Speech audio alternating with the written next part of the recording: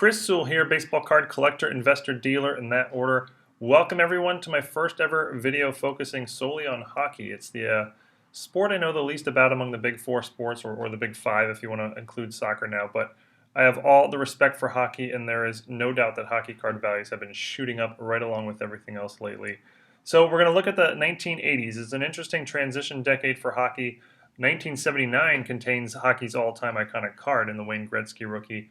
And 1990 is when the hockey card market really changes with an influx of new brands, including Upper Deck, Score, and Pro Set. But in between, you have the 1980s, a decade which only sees two major brands throughout the entire decade, Topps and O-Pee-Chee. They're basically just parallels of each other with nearly identical-looking card fronts other than the brand logo. The backs are a little different, with the O-Pee-Chees being a shinier card stock and including the French translations for the write-ups, as the O-Pee-Chees were distributed in Canada. The checklists are not always the same, so some players appear in only one of the sets, although most appear in both. So let's run through every Hockey Hall of Fame rookie card in the 1980s. There are 33 players in all. We will go chronologically, include the PSA 9 values of both the Topps and O-Pee-Chee cards. All the values you see in this video are the average of all recent sales in a PSA 9. Starting off in 1980, which sees the rookie cards of 5 Hall of Famers: Ray Bourque, Mark Messier, Rod Langway, Mike Gartner, and Michel Goulet. The Bourque and Gartner pictured are the Topps versions with their names blocked by a black oval. You could rub it off to reveal their names with a coin or your fingernail. It's a concept that only lasted 1 year. It wasn't very popular for obvious reasons.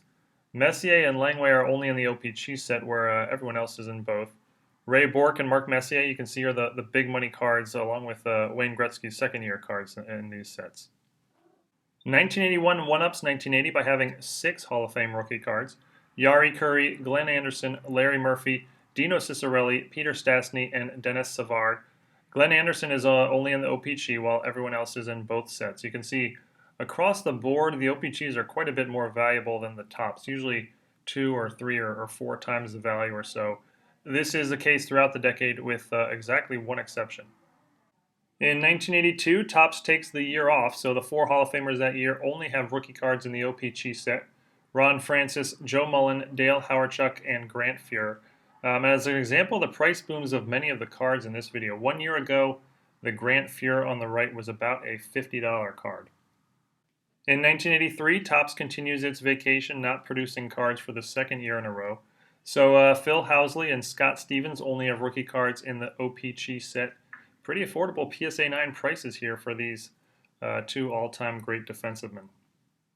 Topps returns in 1984, which sees a stacked lineup including Steve Yzerman, Pat LaFontaine, Doug Gilmour, Chris Chelios, Cam Neely, and Dave Andrewchuk. Gilmour, Chelios, and Neely are not included in the Topps set.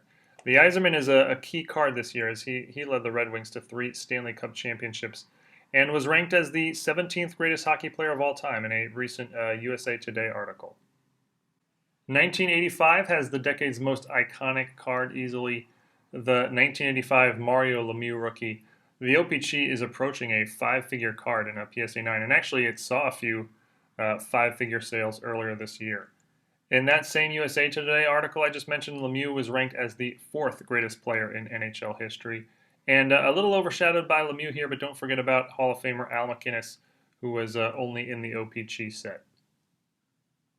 1986 has one guy, but it's a good one: Patrick Waugh, who would be on anyone's shortlist for the greatest goalies of all time. If you're wondering about his ranking on that random USA Today article I keep referencing for no particular reason, Waugh ranked 12th all-time on that list. The O-Pee-Chee, now a 4-figure card, was just $400 about a year ago. 1987 has 2 Hall of Fame rookies, Luc Robitaille and Adam Oates.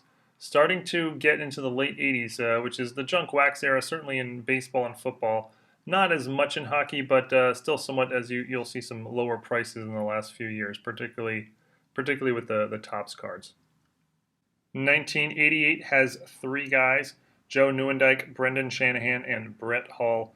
The Hull on the right was one of the hottest cards in the hobby in the early 90s, as Hull was tearing up the league early in his career, and he still ranks 4th all-time in career goals scored. And closing out the decade in 1989, which sees 2 rookie cards of Hall of Famers. Joe Sakic is the only player on the list who sees his Topps card outsell the O-Pee-Chee, and you can see by quite a bit. And Brian Leach, who is the bargain of the list, $30 will get you either of his rookie cards in a PSA Mint 9. So that's it, your 33 Hall of Famers with rookie cards in the 1980s. Your top 5 in terms of value are Lemieux, Messier, Waugh, Bourque, and Yzerman. Thank you everyone for watching. Hope you enjoyed. Monday is story time, although it won't actually be my story, but the story of a high roller and how he found his way into the hobby. So check that out. Until then, have a great weekend. Thanks, guys.